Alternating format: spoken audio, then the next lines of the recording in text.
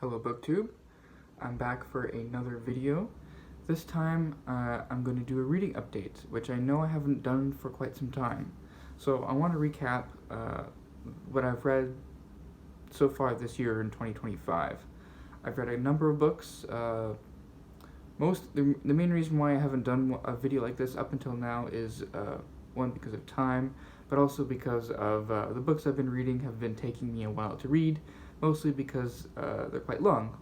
And so I'm going to show you what I have read, and then what I currently am reading, and then what I plan to read in the future. So just in the nearby future. I don't really have a big TBR, mostly because I want to keep my TBR pretty open for now, especially since I took so long reading the books I did in January that I kind of like the flexibility of leaving my future reading plans up in the open. So I'm going to go through the very first book that I finished in 2025. It's not a book that I actually started reading in 2025, and I'll explain why after I explain or show the book. I read it on my e-reader. It is Angela Carter's book of fairy tales, and it's exactly, it's basically that. It's just an anthology that she did not write herself. Angela Carter was very fond of fairy tales, and then so she collected a whole bunch of fairy tales from different anthologies and such, and different folklore traditions, and basically put them in a book, and put them under different thematic headings. And if you know Angela Carter's writing, then you know that a lot of the tales usually have like a feminist bent, or at least an ironic bent in that direction. The reason why this book, I didn't start this in 2025. I started this actually in around end of November 2024. That's because I decided to read this purely as during my breaks at work. So during break and at lunchtime, I would sit down and I'd read a few tales from here, and then that was it. And in the beginning, I was very discontent with reading this because I didn't quite understand the purpose of the tales, because they didn't read like usual fairy tales that I'm used to, because she pulls from so many different traditions, not just English and German like we're used to, but like Italian, Inuit, different African tales, different tales from Asia. So it's a whole different wide range from different traditions. But I was reading them as if I was expected to find deeper meanings in what was happening, because a lot of the tales are very fantastical, and very abrupt, and very illogical in the way they just kind of, things happen and you're just supposed to roll with it. And so I wasn't really jiving with that very well, because I felt like I had to find a deeper meaning in all of these different twists and turns, until I talked with a friend of mine who actually told me that this book isn't really about fairy tales, it's about folk tales, and the way you read folk tales are that they're just supposed to be amusing, and they kind of give a hint of what amuses certain cultures. And when I took that twist in how I read this book, it all of a sudden all my problems went away, and I was just fine reading the book. I wouldn't say I hugely enjoyed it, but it was a good diversion during my breaks at work, and that's all I really needed. Just some short stories, really, really short. Most of these are not more than a few pages long, just as passing entertainment, and then and it suited that just fine. So that's Angela Carter's fairy tales. The second book that I ended up finishing in 2025, or that I actually, and the first book that I actually started in 2025 and ended up finishing, because the rest of the books that I finished, I have started in 2025. It was, Aristotle. I read Aristotle's Ethics. And Aristotle's Ethics, I started this at the very beginning of January, and it took me about halfway through the month to finish it, even though it's fairly short. If you have been paying attention with some of my other videos, you notice I have many editions of the Ethics.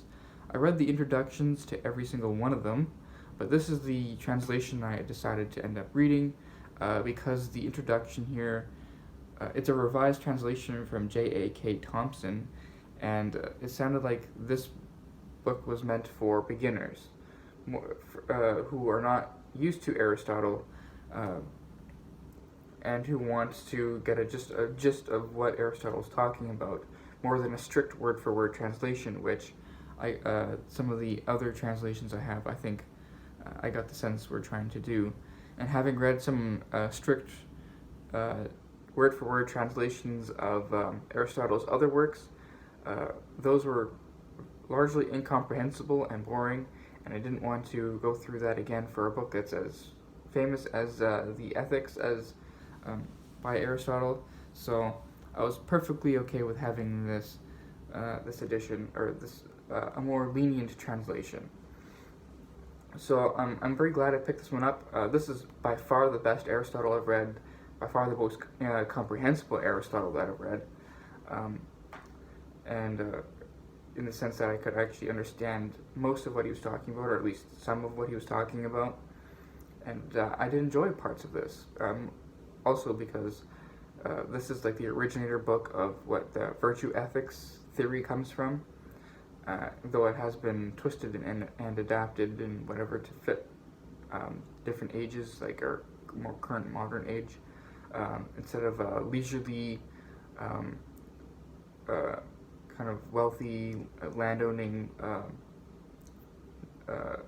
Athenian citizen class based on slaves and the second-class citizenship of women. But yeah, it was a very good read, a very thought-provoking read. I might actually want to reread this later in the year in a different translation. We'll see about that, but anyways, there's a very particular part of this very edition too. This one has footnotes all along at the bottom here, instead of at the very back, which I found quite helpful. Footnotes all at the bottom, because then as you're reading, then you don't have to like flip into the back and disrupt the reading experience, especially with Aristotle, where the thought process is necessary for you to kind of keep your attention throughout the whole thing, or else you're going to have to reread it just to understand what he's talking about. But what I didn't notice or know until halfway through the book is that the notes are actually by someone else, not by the translator, or they're done by Hely Tredenik, revised with notes and appendices. So here he's the one who revised the translation, but he also writes notes, and the notes seem like they're disagreeing with the translation many different times. With their and I guess it's the problem with translating Aristotle is that like certain words that we use for translating Aristotle, like soul, happiness, and other words like reason, they don't. The author disagreed with the connotations of those words in English versus how they're used in the original Greek of Aristotle. And nonetheless, everyone still seems to use them because I guess those are the best words that they can use, or the words they feel like are the best that come across the sense that Aristotle is trying to get at. But it seemed kind of weird having like that discrepancy between reading the translation and what's being said there, and then having a footnote that almost contradicts it. So I found that kind of a bit strange. But and then moving on to the next book. This next book was a great read. I did show this in my was it the Big Books, a Beefcake Book Challenge or whatever, and I did say in that video that I had started this book already, and and this book was also, once I had finished reading Angela Carter's book on fairy tales, I moved to something completely different as my break time read, and this was that book. This is the Lagoon, and it's how Aristotle invented science. And I don't know what I was totally expecting with this book, but what I ended up finding in this book totally blew me away, in the sense that not only is the author a great writer and a great thinker, but the author was so intelligent in his subject matter, and was not at all lazy. Like, I can imagine how a book subtitled "How Aristotle Invented Science" could be extremely lazy and very performative, and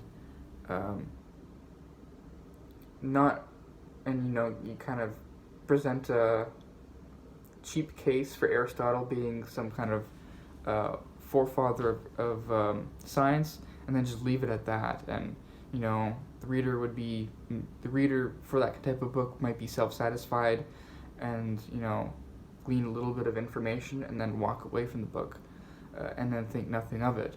But this book was so much more than that. It was really wrestling not only with Aristotle, but with Aristotle's legacy, and Aristotle's lack of legacy in science circles today. And so he presents a lot of arguments on Aristotle, because if you don't know Aristotle's works, we know him for his philosophical works, like the metaphysics, the ethics, his physics, his books on logic, and his ethics. I think I said that already, but his politics and that kind of thing. But Aristotle wrote a ton of works on basically what we would call biology today, but what Aristotle would consider more natural philosophy. And it was just him poking and prodding animals and animal behavior, and how animals, different levels of animal, how animals work, how their lives are constructed, how they, how different organs work, how different, how environment shapes animal behavior, and how animals adapt to their environment, or how they are constructed for their environment. And it reflects, and it's absolutely fascinating, because so much of what he wrote is actually that, but it's not read today. There's no popular edition that you could find even on Amazon. You'd have to get a public domain translation from 100 years ago in order to read those works. And this author goes through all of that, and presents all the interesting stuff from Aristotle's natural philosophy, works on biology, and basically argues that he's like the first scientist, even though he's got his own huge amount of flaws and his own major blind spots.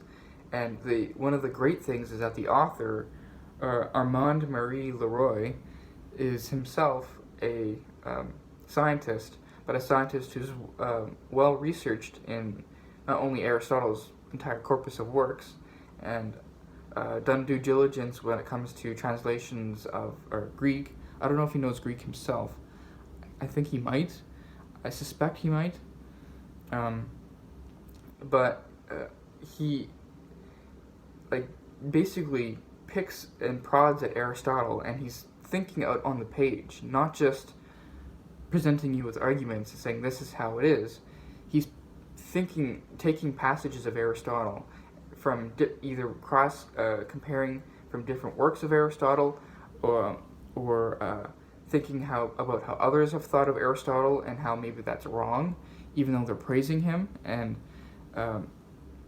especially like zoology and whatnot, is like or taxonomy, where you're listing a whole bunch of different species, and how a lot of them thought of Aristotle as one of their forefathers, and how Aristotle's scientific ideas and way of doing science became almost dogmatic in the Middle Ages until the Enlightenment, where the Enlightenment made its divergence away from the Aristotelian orthodoxy, and so then Aristotle was not venerated so much by scientists after that, and now he's basically forgotten or looked at in condescension by working day scientists. And the author here thinks that's a tragedy, because he makes the argument that he's deserving as one of the forefathers, or if not the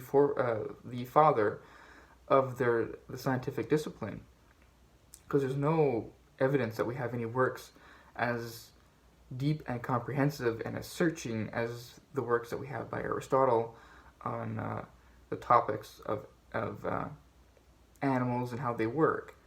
And I find it so fascinating because he presents a whole different picture of Aristotle than the one that you usually get in philosophy classes, philosophy books. They all come at him as a philosopher, and but he comes at him as a biologist, and makes a very convincing case, I think, of Aristotle as a biologist, looking at different subjects such as ethics and matters in first philosophy like metaphysics and whatnot. So I find this book was such an enriching read, especially since the author is also an engaging thinker and writer on the page. That this book was so rewarding, even though I didn't understand all of it, because I'm no scientist. Last time I had any kind of scientific education was back in high school, and so some of this book, or portions of this book, did certainly go over my head, but the comprehensiveness of it all, and I'm never going to be reading Aristotle's works on biology, because that just seems to me extremely boring. But I think reading this book is a necessary substitute if you want to get a range of Aristotle's thought beyond the typical subject matter that's trotted out in philosophy textbooks. So I highly, highly recommend this book if you're interested in ancient Greek thought, or even in the history of science, because this book was just amazing. I loved that. Loved it as a wonderful read, wonderful non-fiction read, because it's something that non-fiction can do that novels can't do. But speaking of novels, I'll move on to the major read that took up most of my time in January and early February, and the main reason why I didn't make an update video until now, because I only finished this book last week. It's The Tale of Genji by Murasaki Shikabue. I did do a whole review video on this book, not comprehensive in any sense, and I'm still not quite satisfied with everything that I discussed there. I feel like I could have discussed more, but anyway, and I'm not going to bog this video down with discussing this book because I still don't quite understand it conceptually. It's going to take time for me to really flesh out what I fully think and how I thought about this book, even though I stand by what I said in that video and the incredible immersiveness of this book, which is a necessary quality if it's going to be so long. But yeah, I started this book in early January as a buddy read with a friend, and I ended up, I loved the very beginning, I loved the immersiveness feel of it, but then I got impatient about halfway through and tried to read it huge chunks at a time to get through it, to finish it in January, but then I felt like I was missing a lot of the subtleties of the text, and I wanted to enjoy it, so then I had to take a step back, pause, and just go through at about 30 pages a day was what my standard clip was until near the very end, when I was feeling a natural momentum in my reading, and I was reading a lot more than that. But at 30 pages was about the mark I set for myself, and it worked. I made it through the end, and I very much liked the experience, though I can't quite say I loved the book. I did enjoy it in a way, but whether or not I can see the genius or the brilliance or the worthiness of the praise, I'll have to do a lot of reflecting on that and watching other people discuss this book, because there are videos on YouTube, there's lectures on YouTube. I want to see if what others see in this book that I ended up missing, because usually with my first reads, I want to immerse myself in the book and experience it. I don't do a lot of the, the critical thinking, though I do, that does come naturally, but I don't do the critical analysis that usually comes with a further reread. So and this is not a book you can just casually reread. Um, so, anyways, I read The Tale of Genji, and I love this edition. It's a shame this edition is out of print. This is the Dennis Washburn translation. Though the only edition you can get this in is in the Norton Critical edition, where they have an oversized paperback, which is what my friend was reading it in. So, it includes all of the Norton Critical stuff that you're used to in there, but this one just has the translation, lots of really good notes. I love this translation.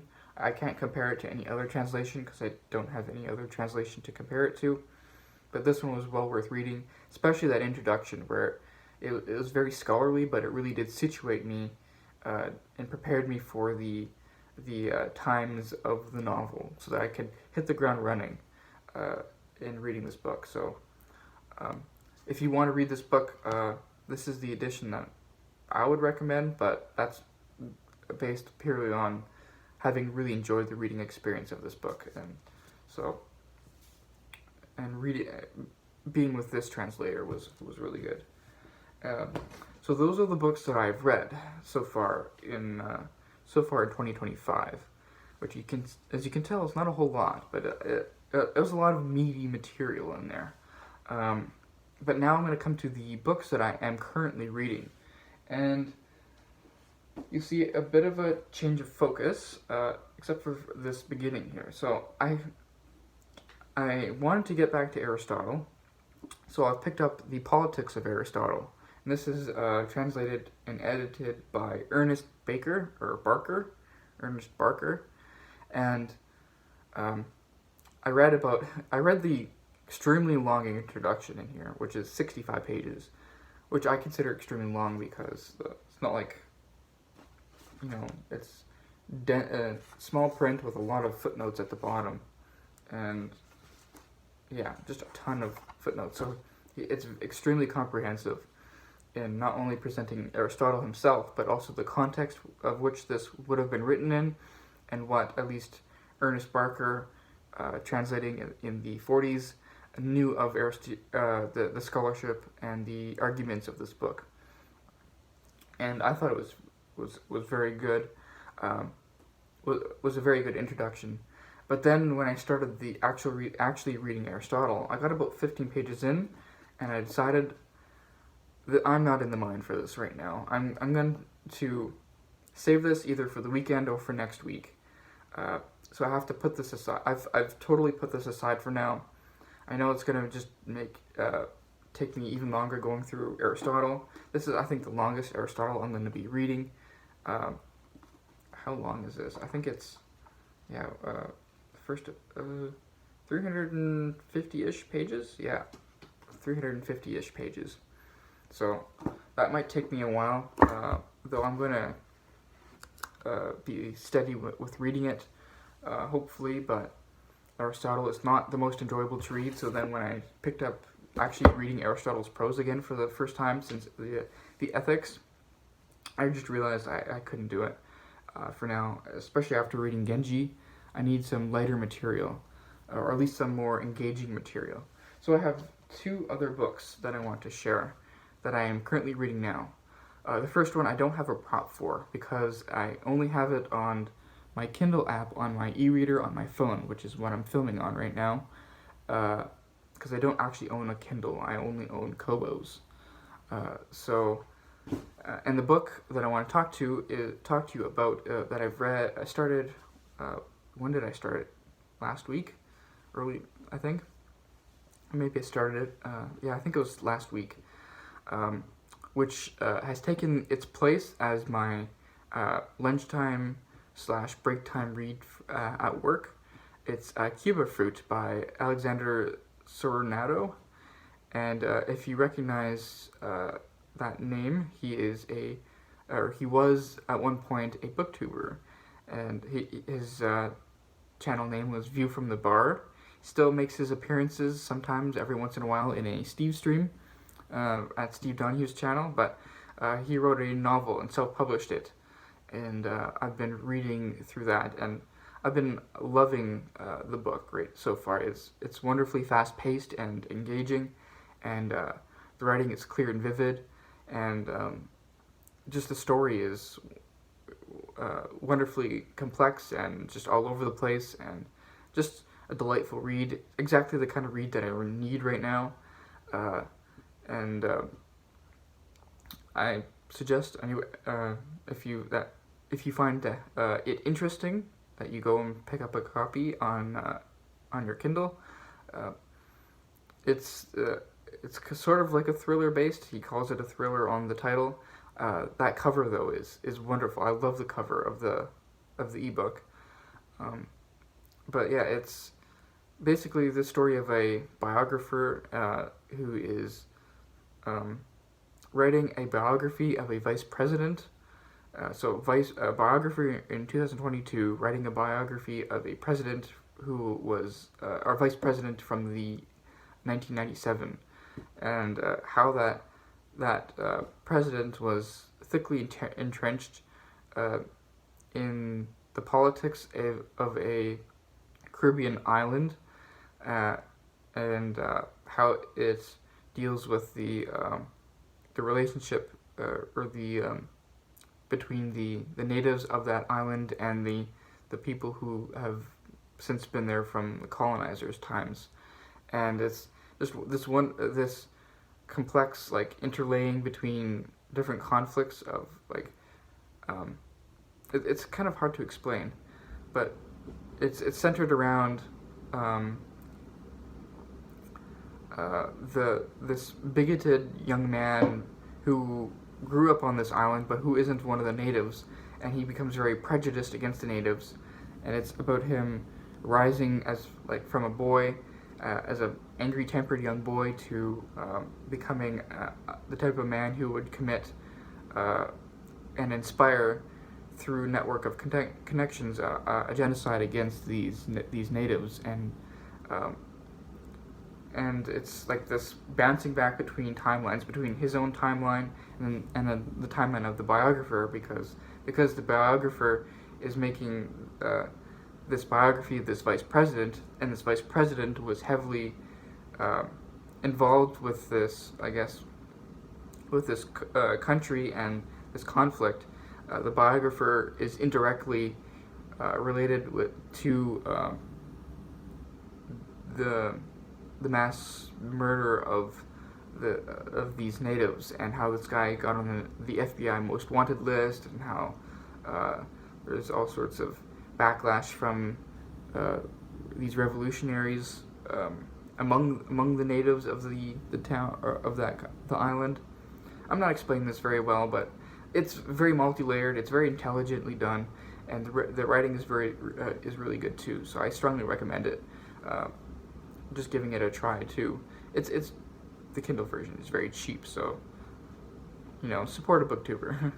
But then the other book that I'm reading is also a novel. It's How I Became a Famous Novelist by Steve Hely, or I don't know, Steve Hely, and it's exactly that. It's about a guy who is dumped by his girlfriend in college, and he's heartbroken over it, even though he doesn't fully quite say that.